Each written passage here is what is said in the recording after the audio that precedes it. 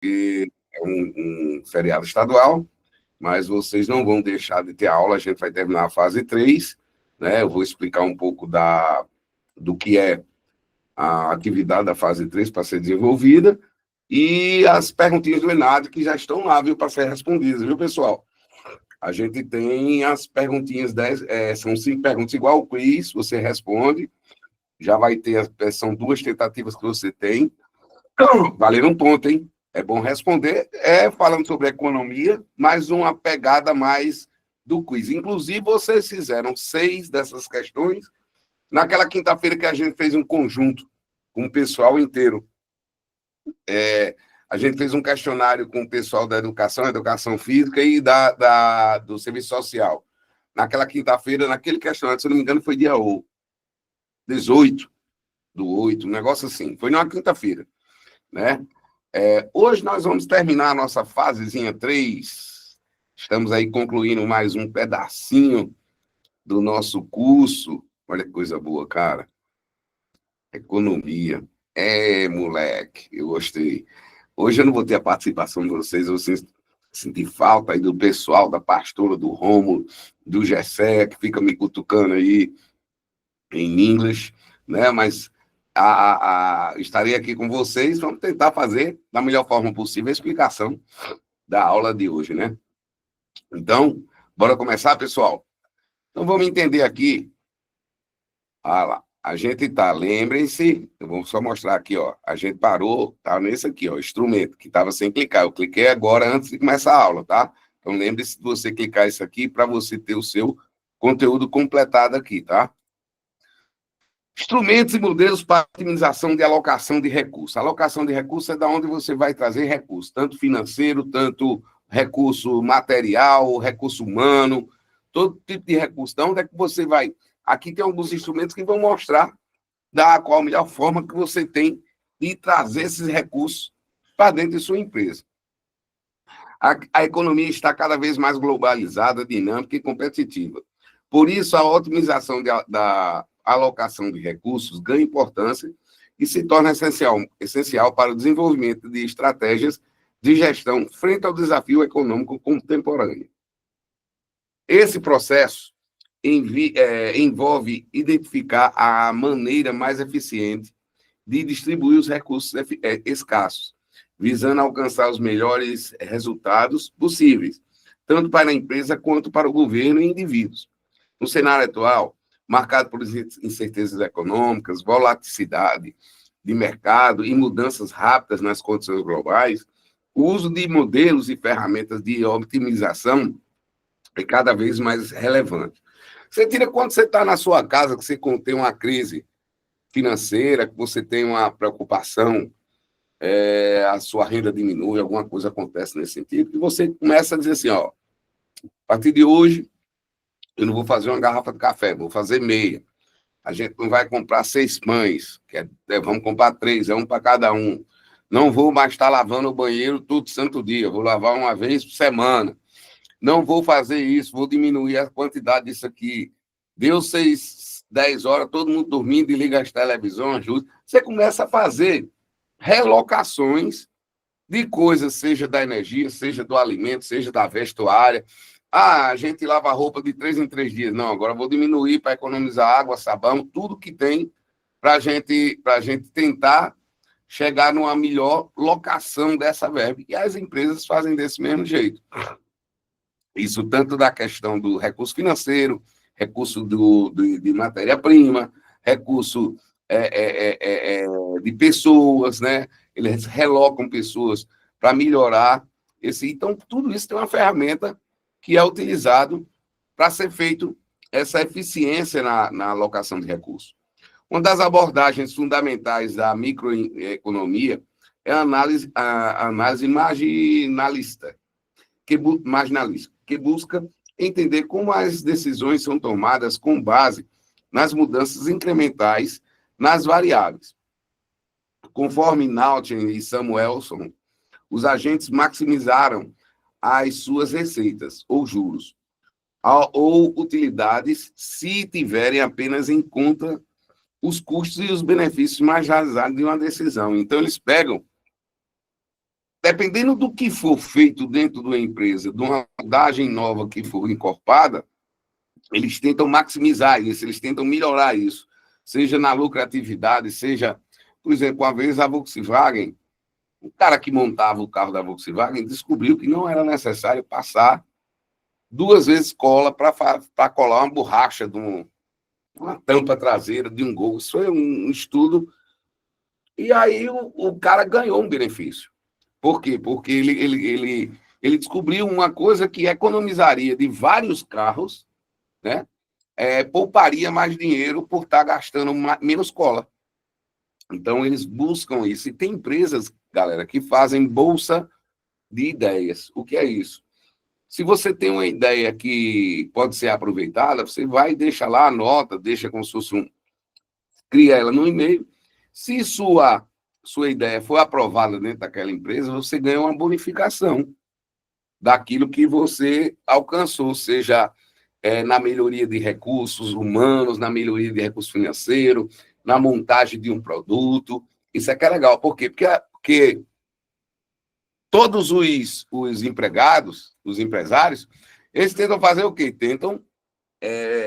Eles ajeitam da melhor forma possível para que o funcionário, né, o seu colaborador, ele instigue a ideia. Então, tem uma chuva, que a gente chama de blood story, tem uma chuva de ideias, né, que uma daquelas ideias, ele vai peneirar, vai tirar 2, 3 que servem para ele.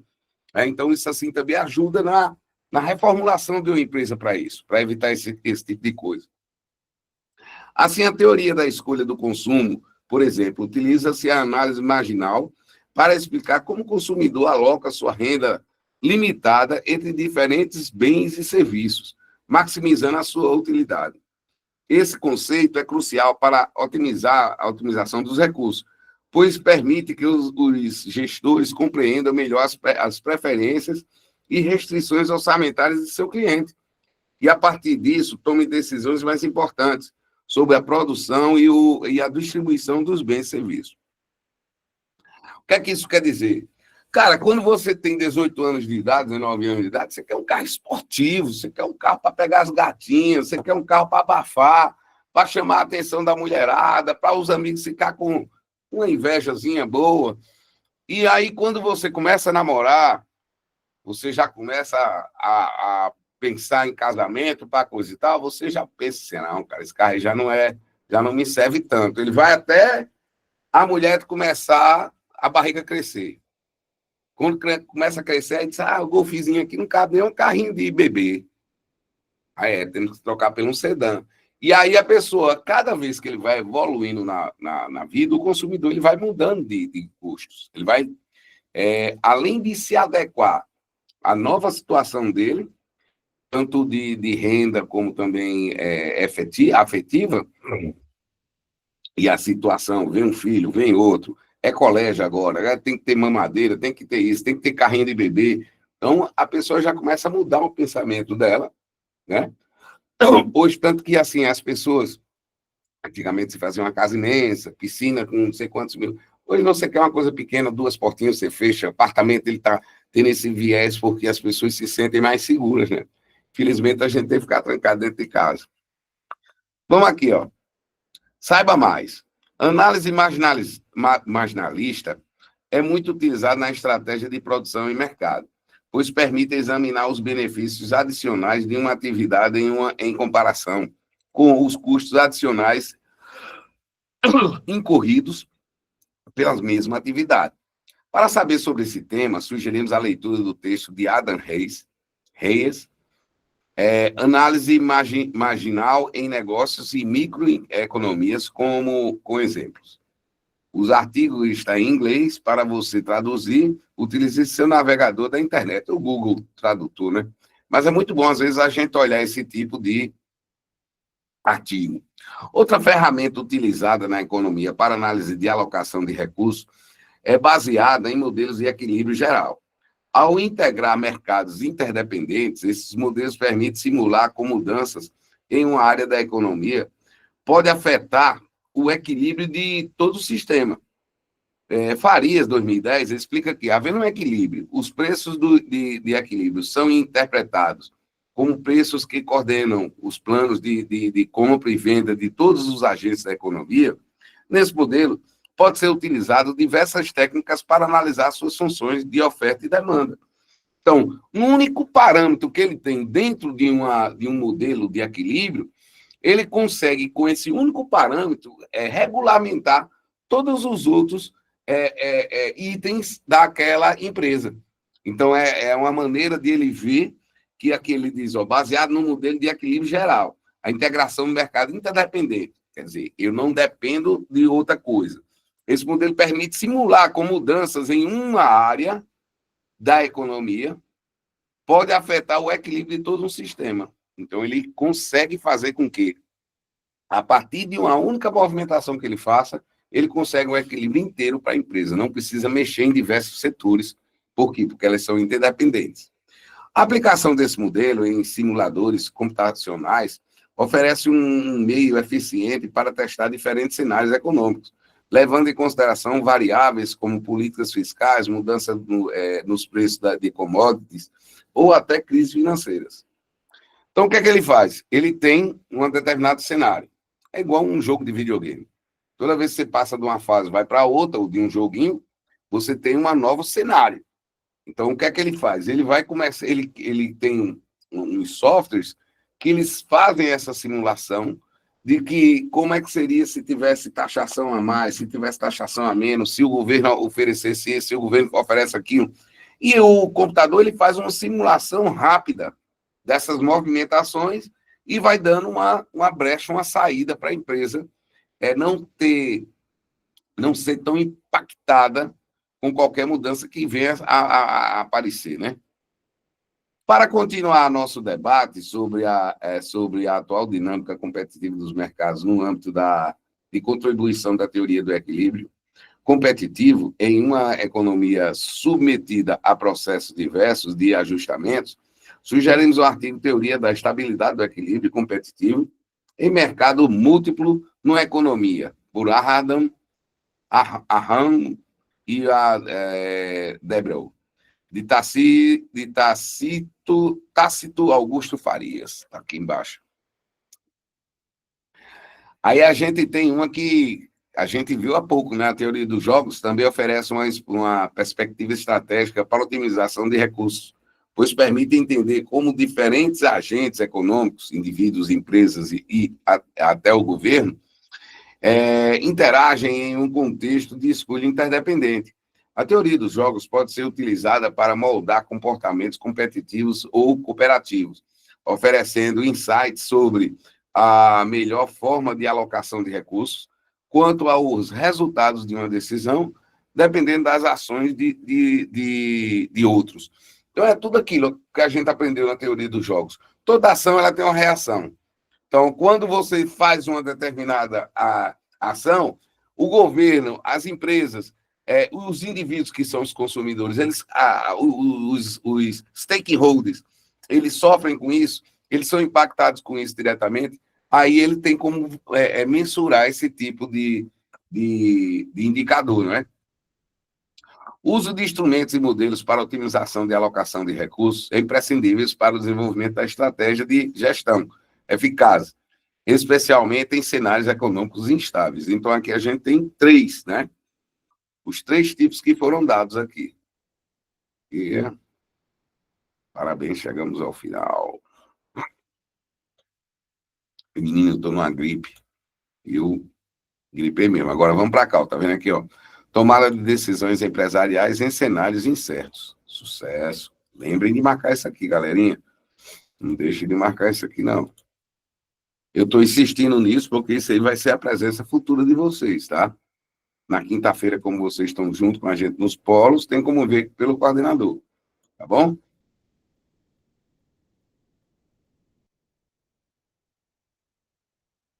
Então, vamos lá. Vou ajustar aqui. Tomada de decisão empresarial em cenário de incertezas. Diversos fatores econômicos impactam na hora de tomar decisões empresariais, tanto no âmbito micro quanto no macroeconômico. A interação entre esses dois campos da economia é essencial para que os gestores possam formular estratégias eficazes diante de cenários de incerteza. Então, todo o empresário, cara, geralmente a gente, assim, quem é empresário sente a dificuldade que a gente tem de fazer uma adaptação. Às vezes a gente sofre motivação, uma mudança externa, e a gente tem que tomar uma decisão mais do que ligeira, né? Então, eu não sei, por exemplo, para quem não é empresário, mas trabalha dentro de casa, seja na questão doméstica, tomando de conta de crianças, na hora que você vê uma panela de pressão sua estourou, por exemplo, alguém já deve ter acontecido isso, um menino se queimou na panela, você tem que ser rápido, uma decisão rápida e certeira para não trazer o maior prejuízo. O empresário é da mesma forma.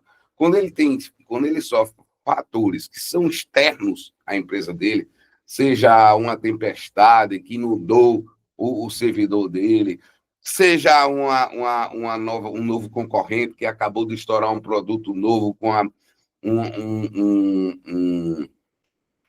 uma competitividade maior do que com a vantagem competitiva maior do que o produto dele. Então, seja um concorrente que está com um produto igual ao dele, mas conseguiu um preço melhor porque ele já foi atrás de outros parceiros e conseguiu economizar nos insumos para montar o seu produto ou o seu serviço. Isso tudo interfere na ação. E o empresário, no mundo econômico hoje, não dá para eu ficar pensando em estratégia, será que eu vou fazer o quê? Não, você tem que ser rápido nessa decisão. Neste contexto, a compreensão da teoria dos custos, das estruturas de mercado, das políticas monetárias e fiscais, bem como as variáveis e precificação e na demanda, tornam-se essencial para a sustentabilidade dos negócios. Vocês estão vendo aqui, ó. Aí ele tem aqui a teoria do custo, quanto custa o meu produto, estrutura do mercado, onde é que eu vou colocar meu produto para vender, das políticas monetárias e fiscais, depende do governo, de conchavos acordos que eles estão fazendo, ou que podem ter variação de taxas de juros, bem como das variações de precificação. Precificação, quanto o meu produto pode ser vendido lá fora. Se o governo aumenta uma taxação, ele vai aumentar o produto final meu, né? Se ele mexe no ISS, se ele mexe em alguma das taxações no ISS, alguma coisa nesse sentido, ele vai gerar para mim uma precificação diferenciada. E na demanda, quem é que está procurando meu produto? Quais são os clientes que estão atrás do meu produto? Meus consumidores, quem são? Né? Como as empresas operam em diferentes estruturas de mercado, desde a concorrência perfeita até os monopólios,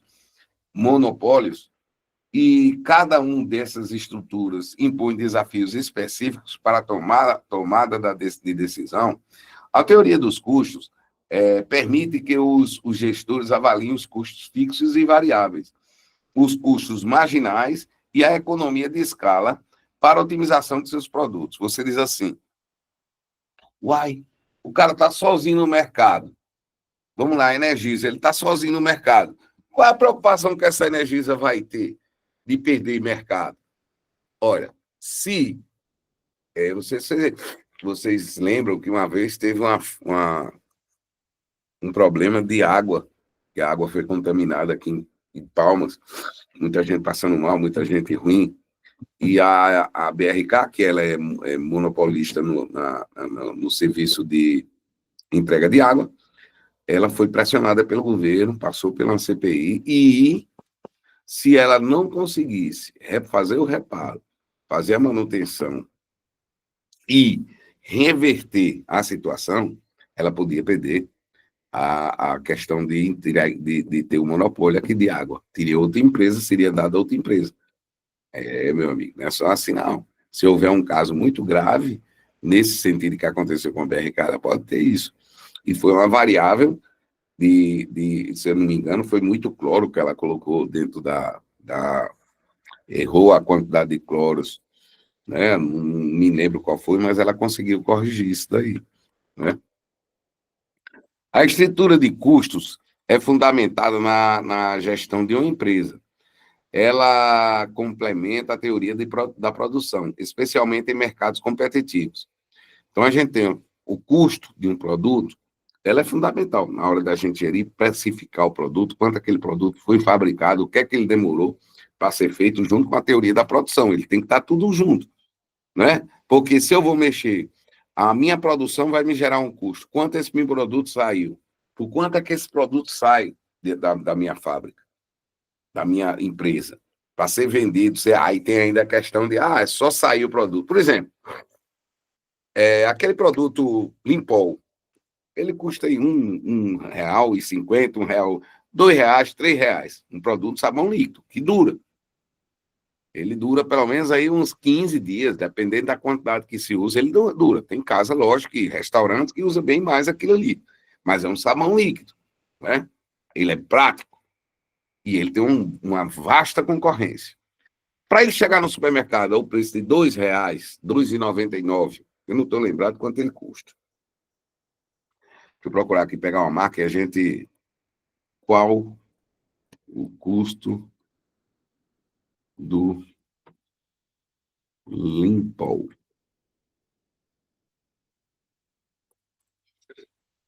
Deixa eu ver aqui. Está entre R$2,30 e R$4, né? Vamos botar R$2,30. Aí você diz assim, o produto custa R$2,30. Quanto foi esse produto na prateleira do supermercado? Quanto você acha que aquele produto foi para o empresário e depois ele vendeu para o supermercado para ser colocado na estante dele? Então, vamos supor que ele custou R$1. Geralmente o empresário diz assim, eu quero ganhar 100% em cima. Então vamos dizer que ele cobrou do supermercado R$2 e o supermercado está vendendo a R$2,30. Então você está vendo essa cadeia de produção e custos? Essa cadeia é quem faz o empresário quebrar a cabeça para conseguir colocar um produto competitivo numa prateleira, porque não adianta você lançar um produto e você colocar esse produto na sua prateleira e esse produto ele ser mais caro do que a concorrência. Está totalmente por fora da concorrência, né? E você vai ficar fora do mercado. Então, é por isso que ele diz aqui que a estrutura de custo é fundamental na gestão de uma empresa. Ela complementa a teoria da produção. Produção gera custo, né? Especialmente em mercados competitivos, tipo o Limpol da vida, que tem vários. Os custos podem ser analisados no curto e longo prazo. Define-se curto prazo como um período de tempo em que, ao menos, um fator de produção é constante. E, ao longo prazo, como aquele período de tempo em que todos os fatores são variáveis. Então, tem a curto prazo. Se eu vender 10 mil caixas de Limpol num mês, estou chutando aqui, né, pessoal? 10 mil caixas de Limpol por mês, eu vou ter tanto. Então, a curto prazo, eu vou ter um retorno de tanto. Isso já vai me gerar aí uma lucratividade de tanto. Se eu fechar um negócio com uma empresa grande, que ela vai me garantir que vai me consumir esse mesmo sabão líquido durante 10 anos, aí eu já tenho uma noção de quanto eu vou ganhar em 10 anos. E aí, o que é que eu posso fazer? Posso investir em novos produtos, em nova tecnologia, né? Conseguir baixar o preço de custo para mim. Por quê? Porque se eu conseguir baixar o custo do sabão líquido, eu vou, em 10 anos, ainda conseguir ganhar mais dinheiro.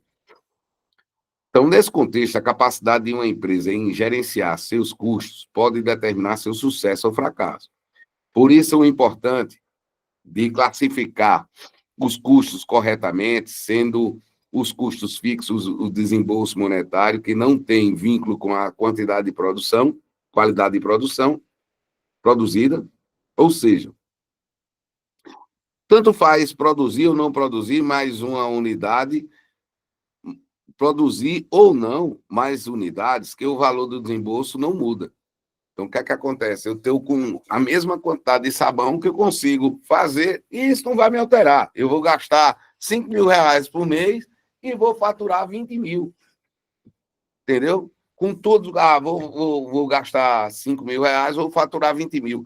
Por quê? Porque eu comprei os insumos, mas eu tenho o quê? Ainda tem salário do empregado, tem o plástico para embalar, tem aquele negócio todo. Você imagina, quanto um produto desse Limpol, se ele chega a 2,30 na prateleira do supermercado, por quanto é que o cara que vende a vasilha plástica para o cara ganha, o que faz o rótulo para ele ganha. Então, todo mundo está ganhando nisso. Olha o volume que é vendido disso daí. Então, você tem que pensar em toda a cadeia. Antes de ser fabricado o produto e depois que é fabricado o produto, para ser colocado na estante. Para você ter acesso a ela. Então, vamos lá. Onde é que eu parei? Os custos variáveis, os desembolsos que dependem das quantidades produzidas, possuem vínculo direto, né? Porque eu sei a quantidade que eu quero, eu sei a produção que eu vou fabricar naquele mês, então tem um vínculo totalmente direto, né? Quanto mais se produz, mais se desembolsa valores. Isso é lógico. Quanto mais eu gasto para produzir, mais eu vou gastar dinheiro. Assim, o custo total é a soma dos dois e a soma dos dois. E o custo médio o custo médio é obtido dividindo-se o custo total pela quantidade produzida, segundo o Garofalo, 2016. Outra análise importante na gestão de custo é o custo marginal, que é o custo adicional para produzir uma unidade extra. É fundamental para decidir sobre expansão de produção, precificação, garantindo que a empresa maximize sua lucratividade sem incorrer em perda. Então, vamos lá, pessoal. Eu falei do Limpol, que chega a 2,30 até 4,40 na prateleira de um supermercado. Eu falei da questão da cadeia do cara que produz ele, que vende para o supermercado, que o supermercado ainda ganha vendendo na prateleira dele. Tem ainda a cadeia para trás, que é quem produz os insumos, seja ele quem faz o plástico, o rótulo, né? Ele desenvolve o líquido e pega, compra o rótulo e a embalagem e coloca para vender para o supermercado. Vocês estão entendendo essa linha, essa cadeia de segmento? Aí você diz, mas o Limpol você deve produzir 1 milhão e tanto por mês. Eu não sei quanto é produzido de Limpol por mês. E ele é um único item de uma empresa grande que se chama Bombril, né? Imagine a quantidade de produtos que ela fabrica. Aí eu paro para pensar com vocês, e quem fabrica apenas um produto por 6 meses, por 1 ano? Mas, professor, que produto é esse que a pessoa só fabrica? E aí, quando é fabricado por encomenda? Cartepilha. Cartepilha, ela fabrica tratores em geral, mas ela fabrica máquinas sob medida para um único cliente e uma única máquina, e ainda mantém peça de reposição para ela. Você acredita nisso? Mineradoras, essa galera que quem faz usina, que precisa ter um determinado equipamento específico para fazer uma determinada movimentação, é engraçado, né? Mas a gente não imagina. Avião, que é o único item que sai de 6 em 6 meses, é fabricado de 6 em 6 meses, porque ele é muito artesanal, a parte tecnológica dele, mas são passados não sei quantos mil quilômetros de fio de cabos dentro de um avião. Você não imagina o que é que tem. Cada luzinha daquela que acende tem um fiozinho sendo mandado para o lugar. Em cenários incertos, as empresas precisam considerar também os custos de oportunidade. Cenários incertos. Investir em tecnologia, por exemplo, pode ser uma decisão vantajosa em um ambiente de concorrência acirrada, mas envolver riscos associados à recuperação do investimento. Dessa forma, compreende a dinâmica dos custos e da concorrência, permitindo que as empresas se posicionem melhor no mercado, aumentando sua eficiência e competitividade. É aquilo que eu falei, né? Eu produzo o sabão em pó, o sabão líquido. Vamos lá. Vamos dizer que eu fabrico sabão em pó. Não vou dizer a marca. Mas aí eu estou cansado e não sei o que, a concorrência, e eu digo, rapaz, eu tenho que arriscar. Porque se alguns de vocês que são mais velhos, vocês vão lembrar que o sabão em pó, que eu ajudei muito minha mãe. Pegava no carrinho do supermercado, aquela barra, era uma barra de sabão, colocava embaixo do carrinho 3, 4 barras de sabão daquela. Na minha época, quando eu era criança. E minha mãe chegava em casa, ela, digamos assim, Era uma das poucas que tinha máquina de lavar, era uma Brastemp, ela saía. Uma das minhas funções quando menina era segurar a máquina, porque ela saía querendo rodar a casa inteira, porque ela trabalhava tão. Blá, blá, blá, blá, e era só ferro. Né? Hoje, como tem muito plástico, era ferro em tudo. Minha mãe ralava aquele sabão e colocava dentro da máquina para lavar. Não existia sabão em pó, isso em meados dos anos 70. Então, a pessoa comprava o sabão, pegava um ralador de coco, um ralador esses ralador de cozinha, e tinha um só para o sabão. Ralava para botar dentro da máquina. Aí veio o quê? As empresas de dona de sabão viram esse nicho de mercado, começaram a investir no sabão em pó. Só que o que é que está acontecendo hoje? O sabão em pó, ele está passando pelo... Ele não é prático, aquela caixa de plástico, de papel, ele derrete. Ela está passando pela mudança, que vai ser o quê? Primeiro que veio, esse produto já veio para a gente em líquido, que é como é? Dá o cheirinho. Alvejante, não. Comfort, e aqueles negócios que amaciante de roupa. Ele deixa a roupa com cheirinho. E agora o sabão, ele está vindo em líquido, para facilitar o manuseio, você armazenar ele, não tem aquele... E ele é concentrado, então pouca coisa que você coloca, ele consegue lavar uma roupa. Então, assim, as adequações, o que é que a empresa faz? Em período de incerteza de cenário, ele vai buscando inovações, ele vai querendo descobrir novas coisas, reinventar o seu produto que ele tem, mas que traga tecnologia e traga o diferencial. Nessa briga do sabão, eu me lembro que a Omo fazia um comercial que dizia assim, o branco que deixa mais branco, porque eles mostravam um lençol branco, Aí a concorrência veio e disse, por que trabalhar só com branco? Vamos trabalhar com preto, laranja, rosa, verde-limão. Então, tem que ser um sabão multicores. Aí a concorrência lascou a Omo, e a Omo teve que correr atrás. Por quê? Porque a pessoa, às vezes, foca, né? Que realmente, quem queria ter lençol era branco, mais branco, não sei o quê. Mas e as outras roupas que eram coloridas? Então, esse é o que diferencial. Na hora que você está dentro de um mercado, onde o mercado ele é incerto, as inovações, pode ser dentro do mesmo produto, pode ser inovações tecnológicas, por isso que as empresas investem muito no capital intelectual da empresa. Quem é o capital intelectual da empresa? O cara que está na frente lá no planejamento estratégico. Ele está desenvolvendo produtos, ele está buscando, ele não pode estar se preocupando com quanto gastou de coisa, quanto tem papel para imprimir, quanto tem caneta. Ele tem que pensar estrategicamente de como melhorar o produto dele, como conseguir faturar o produto dele melhor. Sabe-se o quanto as políticas macroeconômicas, monetárias e fiscais importam na decisão da empresa. Enquanto a política monetária conduzida pelo Banco Central regula as taxas, lembra aquele botãozinho? Regula as taxas de juros e a oferta da moeda, que é o dólar.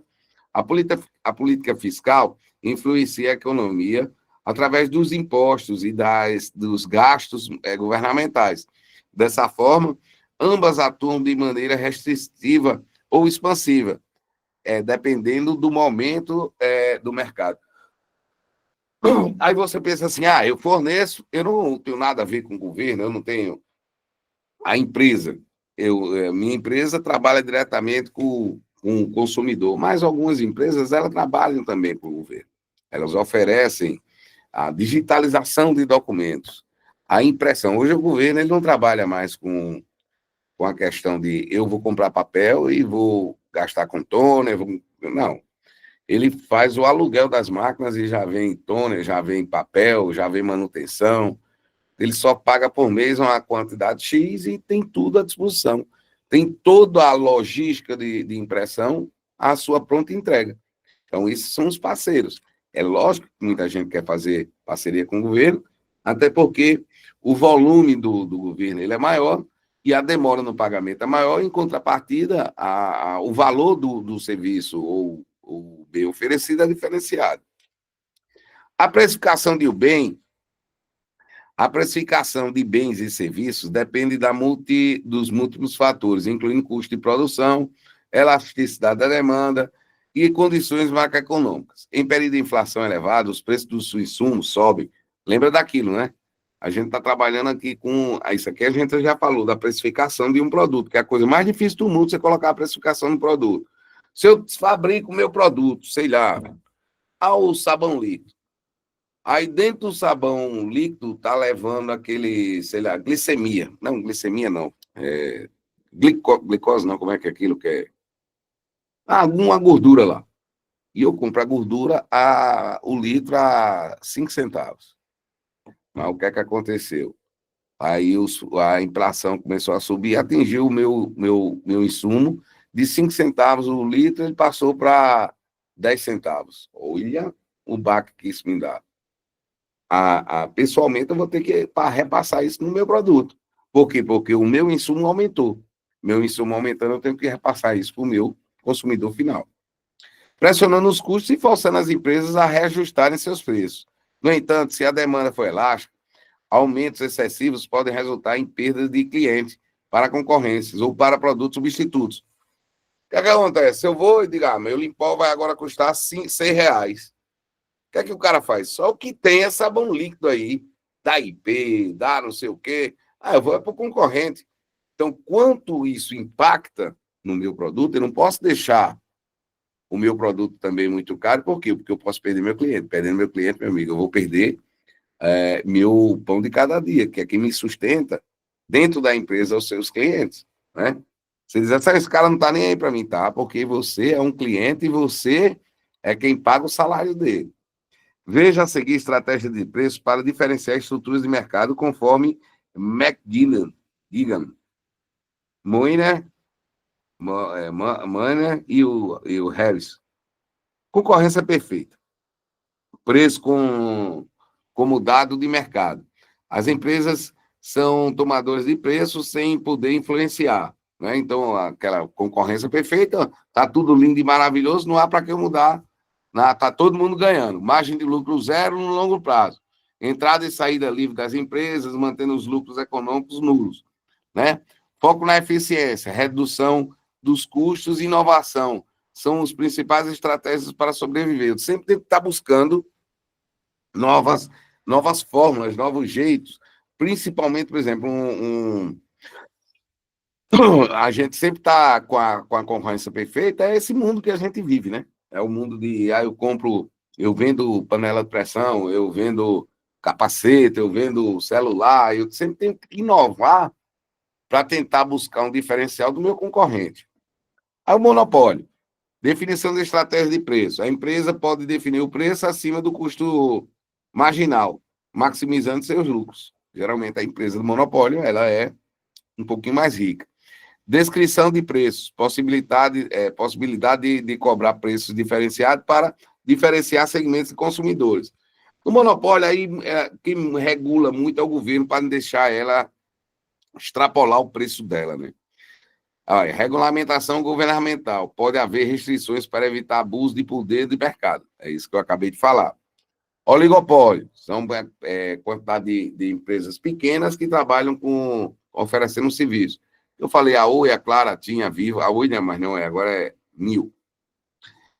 Interdependentes estratégicos. As empresas consideram reações dos concorrentes ao definir o preço. Então, eles ficam mensurando. São poucos concorrentes, então ele fica olhando quem é que tem o preço mais baixo, quem é que está com a qualidade de serviço mais baixa. Guerra de preços ou colusão. Possibilidade de competição agressiva ou formação de cartel para controle de preço. Eles podem brigar por preço, batendo um de frente para o outro, os 6 ali, os 5, ou ele pode dizer assim, bicho, vamos ficar cada um na sua, vamos oferecer coisa de 10, 5 reais de diferença, quem já tem seus clientes mantém, quem não tem, a gente está de boa aqui, estamos nadando no mercado, então está de boa. Diferenciação de produtos, estratégias para evitar competições exclusivamente por preço. O que é que eles fazem? Ele deixou o pacote de serviço, vamos trabalhar com a internet. A Nil está com um pacote de 700 mega por 100 reais. A Vivo coloca o pacote, ele não tem o pacote de 100 megas, mas ele tem um de 105 megas por 102 reais. Aí já vem a TIM, Aí diz que o pacote dele é de 90 megas, mas por R$ 70. Então é assim, eles vão balizando, mas sempre ali de olho na concorrência, não fica muito longe, não. Porque são poucas pessoas no mercado. Sobre o regime econômico,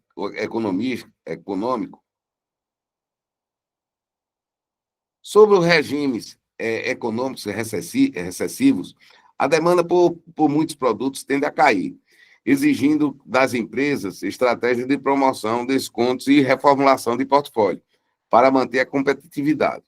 Em contrapartida, em períodos de crescimento econômico, os consumidores estão mais dispostos a gastar, permitindo que as empresas pratiquem margem de lucro mais elevada. Dessa forma, entender os diferentes regimes econômicos permite que as empresas ajustem as estratégias de precificação de maneira eficaz, mais eficaz, e maximize seus resultados financeiros. Então, isso está bem aqui dentro do que a gente acabou de falar, né? Na questão de elevação de juros, crise. Baixa de juros, poder de consumo maior do consumidor, tem a rotatividade mais lucratividade. Esses temas são extremamente importantes para gerir empresas eficientemente, considerando a dinâmica e a integração econômica, juntamente com o risco de incertezas futuras inerente ao mercado.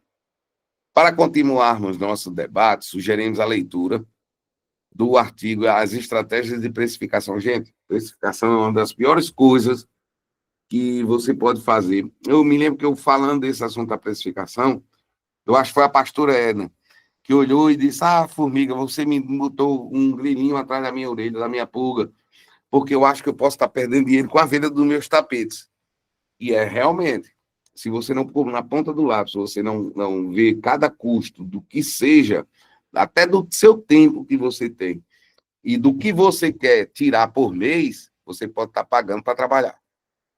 Né? Então, as estratégias de precificação e o desempenho das empresas, de Gabriel fulano de tal aí, Etiaura, que investiga as diferentes abordagens e estratégias de preço utilizadas por empresa e as diferenças no nível de desempenho entre diversos ramos de atuação e portes de empresa. Está aqui ele, ó, o artigo, tá? Saiba mais.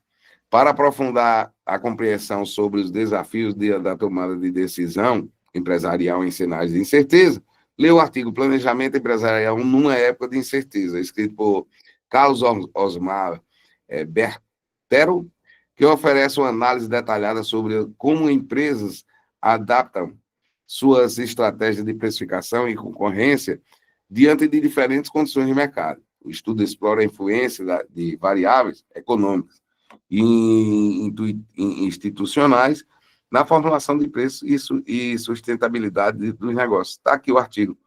Tudo eles estão deixando, cara, o Liga está muito bom, entregando os artigos, indicando como é que você deve fazer a leitura. Fantástico. Se fosse nessa hora aqui, eu ia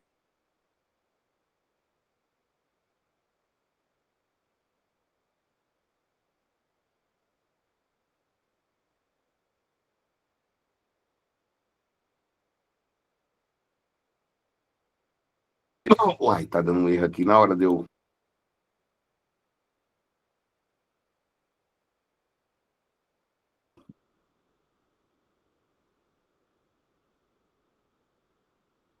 bater meu como certo aqui, ó.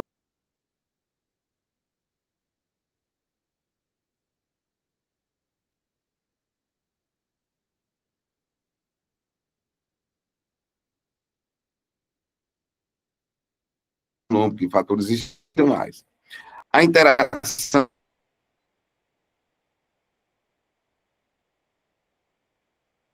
entre desemprego, inflação, produção.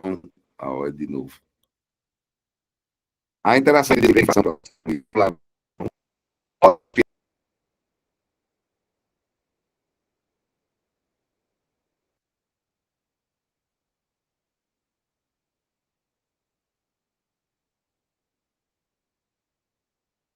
Três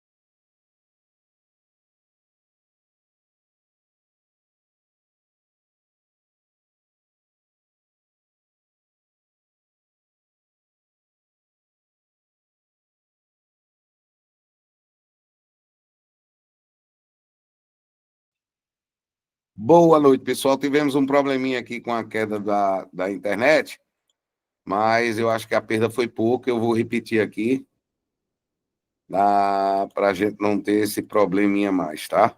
O João vai fazer a emenda da, da, da disciplina, tá? Da aula. Então vamos aqui. Ainda bem que estava no começo. Vamos ao mercado de trabalho e dinâmica, políticas e regulamentações. Eu vi que a câmera estava apagada aqui e me apavorei. Já vimos que no mercado de trabalho é um dos componentes essenciais para o funcionamento da economia. Ela é influenciada diretamente por políticas econômicas, condições macroeconômicas e fatores institucionais. A interação entre desemprego, inflação, produção e regulamentação podem definir o nível de bem-estar econômico e a eficiência do sistema de produção. Três aspectos fundamentais em economia nesse contexto influem na curva de Phillips e o trade-off sobre inflação e desemprego. A determinação dos salários e empregos e o papel do Estado na regulamentação e na competitividade do mercado de trabalho. É aquela questão, né? O governo gera um fator externo, há alguma coisa que fez com que surgisse uma crise, a demanda é maior, então cresce o desemprego, cai a quantidade de produtos que são consumidos, isso impacta qualquer empresa. Deixa eu fechar aqui a porta que ficou aberta. E aí temos uma ação que aí a questão do empresário ele tem que pensar nisso, né?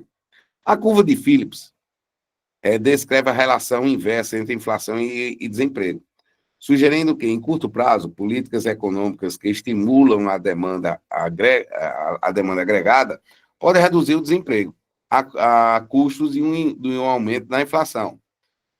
Conforme Vasconcelos, 2015, a curva de Phillips surgiu a partir de uma lacuna do modelo de IS-LM, que desconsiderava o papel da expectativa sobre o comportamento dos agentes econômicos e como isso refletisse no desempenho da economia, procurando incorporar movimento de oferta agregada, prevendo situações em que exista movimentação conjunta do preço e salário e produção do emprego. Desculpa, pessoal. Desculpa. Então, assim, ele está dizendo que a relação inversa entre inflação e desemprego pode acontecer de que forma? Toda vez que tem uma inflação, tem uma queda no consumo de um produto, isso faz com que as empresas deixem de vender e gere desemprego. Ele prova que isso pode ser ao contrário. Ele pode fazer com que a inflação gere emprego. Então, essa é a grande pegada que ele diz que a lacuna do modelo de ISLM faz a consideração disso. Eu acho meio complicado, mas vamos à frente. Saiba mais. O modelo matemático econômico ISLM tem origem nas contribuições de Keynes, com a demanda determinando o produto com um nível de preço constante, em que se busca formar um instrumento para viabilizar as análises macroeconômicas, fazendo a interligação entre o lado real dos bens e o lado monetário da economia. Assim, o equilíbrio no mercado monetário provoca equilíbrio no mercado de títulos, né? Por quê? Porque as empresas ganhando, vendendo, elas aumentam o seu rendimento, que isso dentro da bolsa de valores aumenta o valor da empresa, então aumenta seus títulos. Então vamos lá aqui, aumentando títulos, e o modelo ISLM possibilita encontrar os níveis de taxa de juros e renda que equilibrem simultaneamente o mercado de bens e o monetário, moeda título. O equilíbrio no mercado monetário é encontrado, então, por meio da construção de uma curva de LM e o mercado de bens produtivos pela curva de IS. Por isso que é IS e L. Se você tem o mercado de bens indo bem, né? Você vendendo, fabricando, produzindo, tendo saída, tendo demanda, é lógico que você vai ter a monetarização subindo junto. estou vendendo, estou produzindo, estou fazendo, então meus títulos, a produção está subindo. Então, por isso que os gráficos andam juntos. Para aprofundar seus estudos para esse importante tema, leia o artigo Modelo ISLM, uma abordagem para a economia brasileira no período de 1995 a 2007, escrito por Tatiana Nadíbia de Souza Lima, né? E essas outras aí que escreveram junto com ela. Está aqui o modelo. Deixa eu dar uma olhada aqui, me interessei. Deixa eu ver aqui.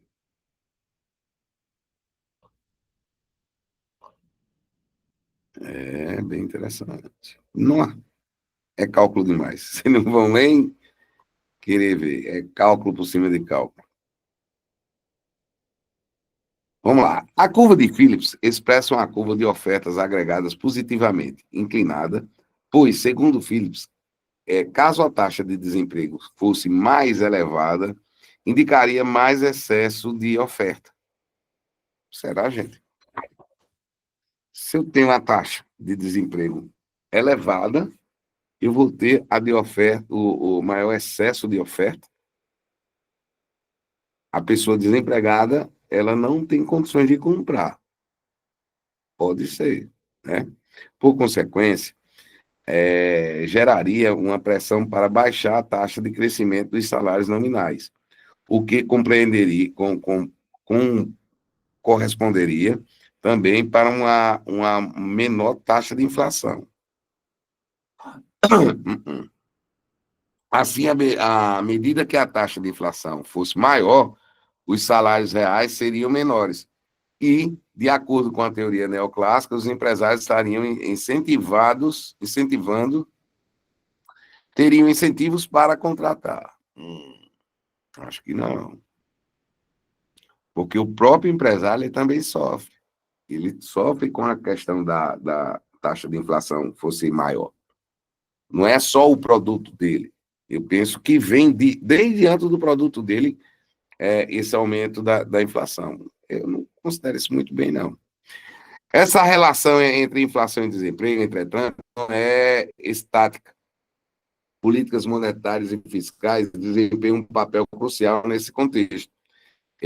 Expansões monetárias, como a redução de taxa de juros pelo Banco Central, tendem a estimular a atividade econômica, elevando o emprego. Aí sim.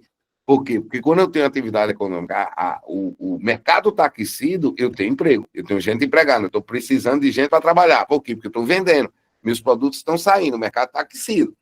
Eu penso dessa forma. Mas também pressionando os preços para cima, já as políticas fiscais expansionistas, como o aumento de gastos públicos ou redução de impostos, podem impulsionar a geração de empregos, mas também eleva a inflação.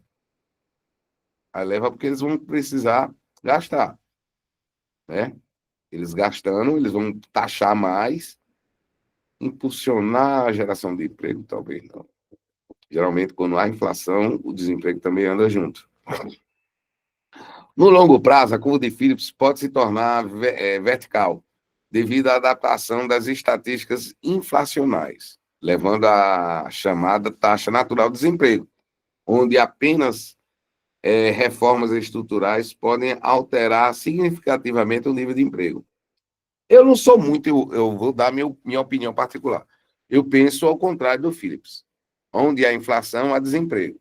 Onde a inflação é menor, o mercado já está aquecido, há proposta de emprego. Eu estou comprando mercadoria, cara, um restaurante, o restaurante está jogado às traças, não tem um cliente, eu vou contratar gente. Olha esse pensamento. Ninguém tem dinheiro para almoçar fora, que remédio e comida é uma coisa essencial. Eu tenho um restaurante popular, que você gasta de 20 a 22 reais para se alimentar bem, um self-service. Aí eu vou colocar, eu abro meu restaurante 11h30 da manhã, 11 horas da manhã, fecho às 2 horas da tarde e continuo não tendo cliente, com esses preços que eu estou dizendo de preço. Eu vou contratar garçom, você não tem cliente? Eu discordo. Para aprofundar nosso debate sobre a importância da curva de Phillips na análise econômica, sugerimos ouvir o podcast Curva de Phillips e a economia brasileira no período de 1991 a 2002. Este episódio do Southcast analisa a aplicação da curva de Phillips no contexto brasileiro durante períodos mencionados, discutindo a relação entre inflação e desemprego nesse intervalo. Eu não sou muito a favor, não. Tudo bem. O nível de salário e o emprego, o Phillips depende da coisa, né? O nível de salário e o emprego são determinados pela interação entre oferta e demanda, trabalho, isso é certo. Empresas contratam trabalhadores até o ponto em que o custo de mão de obra se iguala à produtividade marginal do trabalho, certo?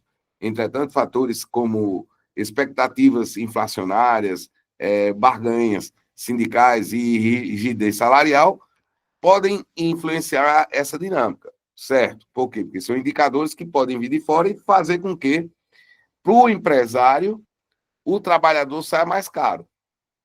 Quando trabalhadores esperam uma inflação futura mais alta, exigem reajuste salarial, o que gera efeito de segunda ordem na inflação. Sim, se eu estou ganhando e eu não estou conseguindo comprar minha alimentação, eu vou bater na porta do chefe e pedir aumento. E aí vai gerar para o chefe um aumento na sua arrecadação, uma queda na sua arrecadação. Além disso, políticas como salário mínimo, subsídios ao emprego e negociações coletivas podem interferir na flexibilidade do salário, afetando tanto o nível de emprego também quanto a distribuição de renda. Perfeito, concordo, isso aí está certo. Né? Portanto, os economistas keynesianos e os novos keynesianos defendem que o Estado exerce um papel fundamental na regulamentação do mercado de trabalho, por meio de leis trabalhistas, incentivos à formalização e políticas de qualidade profissionais. Agora mesmo o governo federal está mudando a questão da política da ajuda do alimentício e de compra, né, supermercado, dos cartões de compra de alimento e de supermercado. Ele pode interferir nisso. Uma regulação excessiva pode gerar rigidez no mercado, dificultando contratação e aumento do desemprego estrutural. Certo. Mas, por outro lado, políticas bem estruturadas que incentivam a produtividade, como investimentos em educação e infraestrutura, podem aumentar a competitividade da economia. Sim, e melhorar o funcionamento do mercado de trabalho. Aí eu concordo. Além disso, políticas públicas voltadas para a proteção social, como seguro-desemprego e programa de requalificação, ajudam a mitigar. Essa palavra é forte. O que é que acontece hoje no Brasil? A gente está com muita gente com seguro-desemprego, com a Bolsa Família, programas de requalificação, que estão fora do mercado porque não precisam trabalhar. Eu não sei se vocês viram aquela matéria de uma cidade no interior de um estado aí, em que quase 80% da população está pendurada no tal da Bolsa Família. É triste isso, né, velho? Uma cidade que toda a sua renda está no auxílio do governo. Eu acho muito errado, mas tudo bem. Os efeitos adversos de choque econômico sobre os trabalhadores. Fantástico. Que eu acho massa dessa disciplina, o conteúdo está muito bom do MIT, do Liga, mas ele traz muita coisa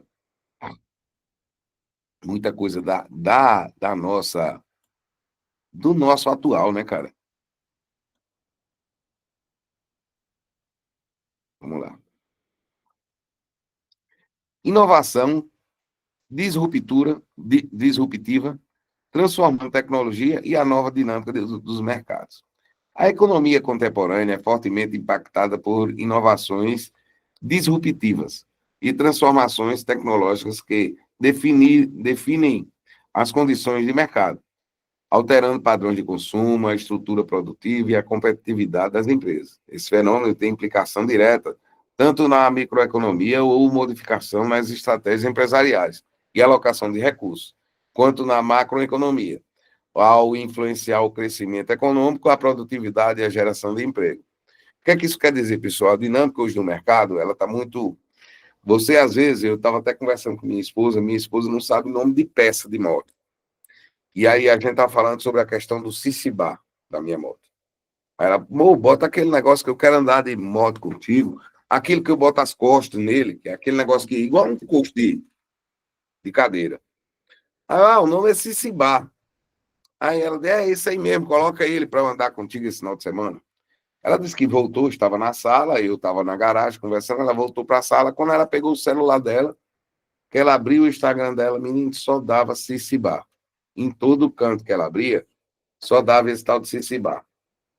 E aí foi que a confusão, a confusão se estabeleceu.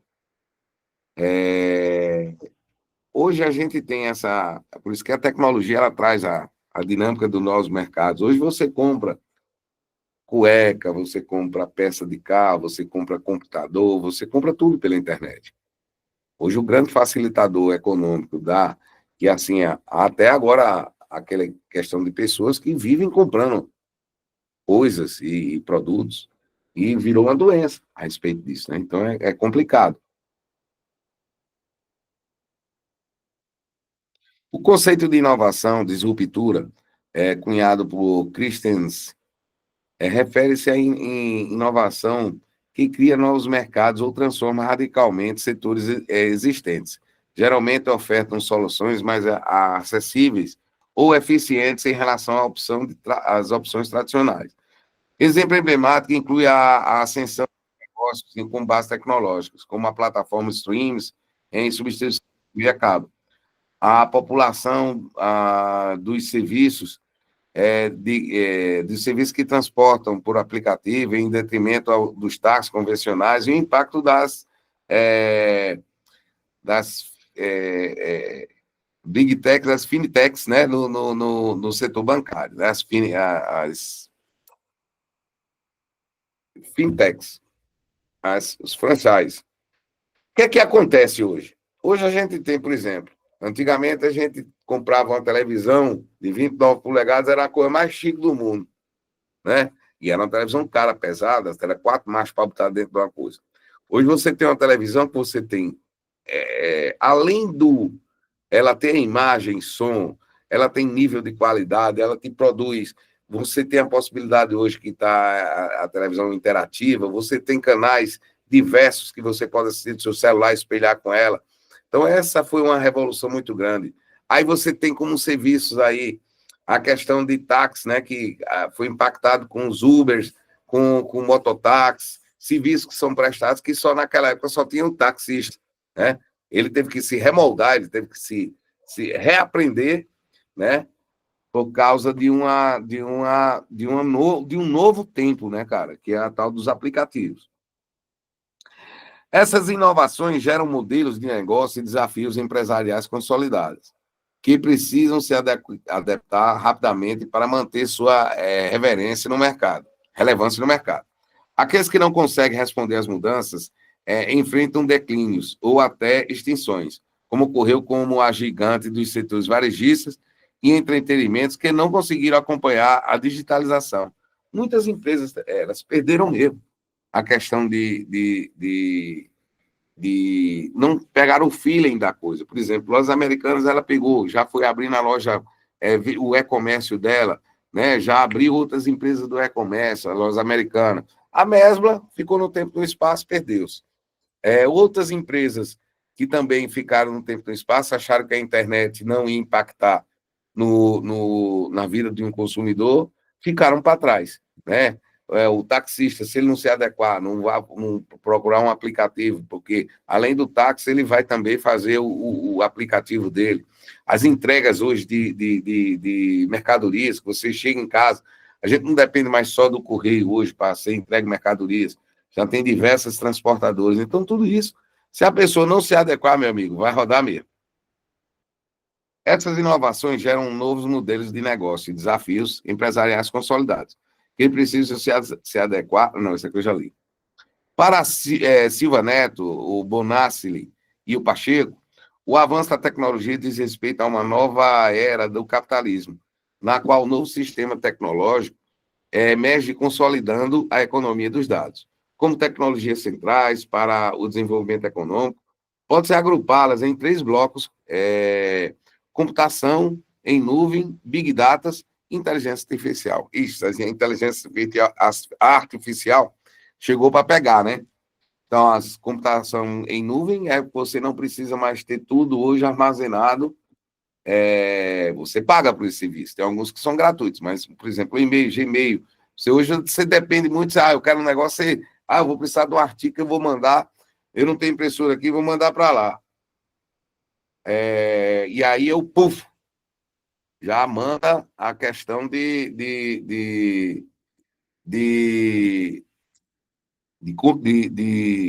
eu me olhar. Mando para a nuvem, chego naquele local, pego o meu arquivo e imprimo, né? Então, assim, isso aí virou as Big Data, que são os grandes armazenadores de informação. Essas transformações como inteligência artificial, Big Data, internet das coisas, a blockchain, tem reconfigurações profundamente os processos produtivos e os mercados. Ela proporciona um aumento da eficiência operacional, reduz custos e melhora a tomada de decisão por meio das análises de grandes volumes de dados em tempo real. Do ponto de vista microeconômico, essas inovações permitem que as empresas ajustem suas estratégias, personalizem produtos e serviços e ganhem vantagens competitivas no âmbito macroeconômico, impulsionando a produtividade e a inovação mas também elevando desafios como a automatização do trabalho e a substituição de emprego tradicional por novas demandas por hábitos digitais, né? Então, assim, a gente está vendo essa mudança. O homem está mudando, está virando. Hoje, quem não se adequar digitalmente, ele está ficando fora do mercado. Deixa eu ver aqui. Essa nova dinâmica de mercado exige que empresas, governo, trabalhadores se adequem rapidamente às mudanças. Para as empresas, a inovação não é mais uma opção, mas uma necessidade para manter a competitividade. Governos, por sua vez, precisam formular políticas que incentivem a inovação e, ao mesmo tempo, protejam os trabalhadores dos impactos negativos da automação e da precarização do emprego. Também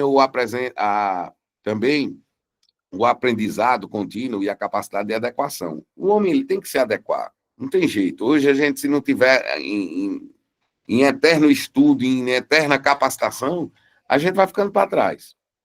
Bem como a inteligência emocional, tornaram-se fatores essenciais para a empregabilidade. Me disseram dessa frase, que diz assim, se você não souber mexer em computação, você vai ser nem porteiro de prédio. Porque, realmente, se você chega no porteiro de prédio, meu amigo, ele parece mais que está no Big Brother. É câmera, não sei o quê. O porteiro de prédio hoje tem que ser um cara que, né? Que a gente diz, não, o cara não sabe fazer nada, vai ser porteiro de prédio. Mas hoje, porteiro de prédio tem que ter até curso de nível superior para tomar de conta de TI. É enganado mesmo. As inovações e transformações tecnológicas passaram a ser força impulsionadoras da nova economia, remoldando a forma como as empresas competem, o governo regulam e indivíduos trabalham e consomem. Para continuar nosso debate, sugerimos o filme Blackberry, de 2023. O drama detalha a ascensão e a queda do celular BlackBerry. BlackBerry ele foi diferenciado porque tudo dele era criptografado, né? Então, você mandava uma mensagem, você falava nele, então os grandes governantes, os grandes empresários sempre usavam o BlackBerry. E ele foi um telefone que não sustentou a inovação da tela de touchscreen, né? E a empresa canadense, Richards in Multi, a trama destaca a importância da inovação contínua e com a falta de adequação às inovações da concorrência, no caso da Apple, podem levar ao declínio de uma empresa. Isso aqui é fascinante, se vocês assistirem. Lê o artigo Inovação Disruptura, reflexão sobre as características e implicações do mercado, escrito por Ana Clara Candido.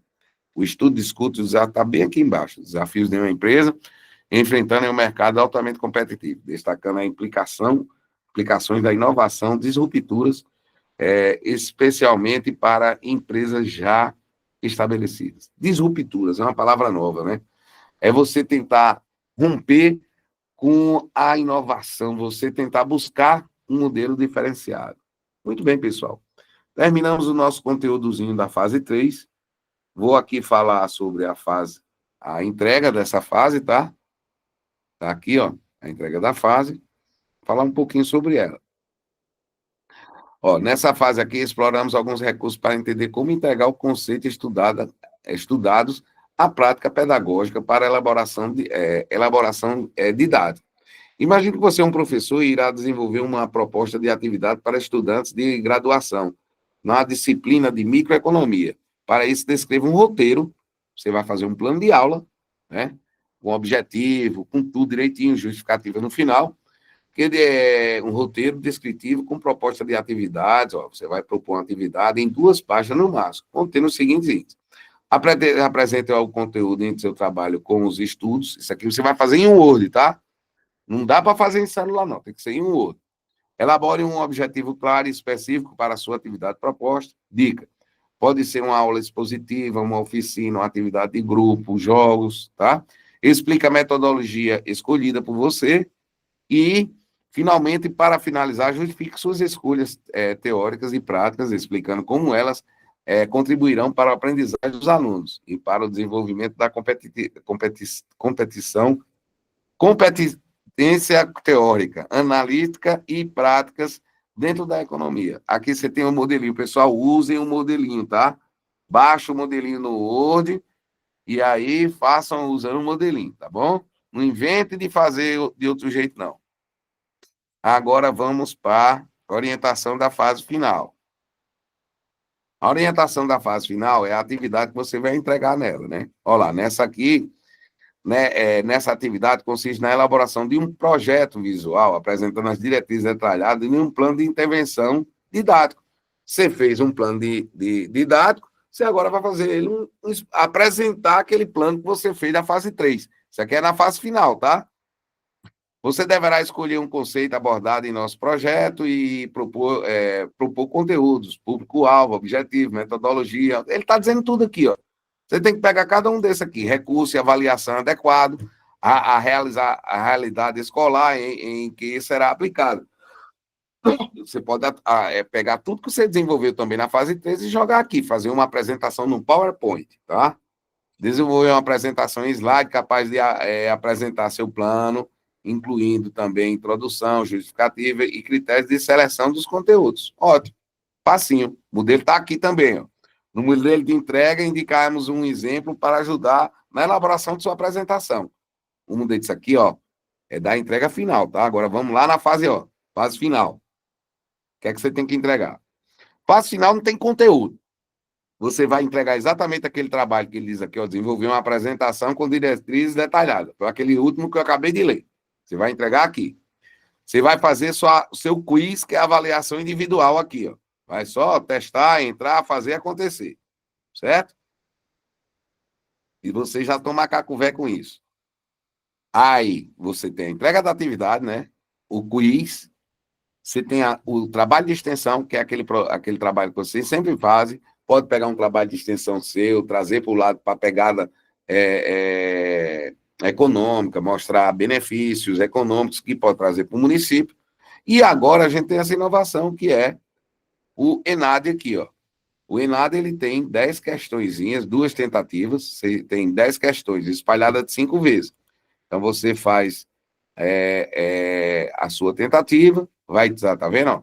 Vão ser perguntas daquele jeito que a gente explicou para vocês, e aí vocês tem 4 atividades para entregar na fase final. A entrega do arquivo, que é o slidezinho que você vai fazer, seu quiz normal, que vai ser 5 perguntas, você tem 2 tentativas, o envio do trabalho de extensão também, que você vai enviar o trabalho de extensão, aquele que é planejamento, desenvolvimento, aplicabilidade, e fazer o outro quizinho que é do ENAD, que esse aqui vale ponto agora também, tá? Ele vale 1 ponto. Tá bom? Muito bem, pessoal. Eu falei aqui durante esse tempo todo, sozinho, morrendo de saudade de vocês. E até o próximo módulo, se assim Deus permitir. Estamos encerrando esse. Muita paz no coração. Espero vocês agora com planejamento estratégico, tá bom? Lembrando de fazer as questões do ENAD, tá bom? Forte abraço, querido. Tchau, tchau.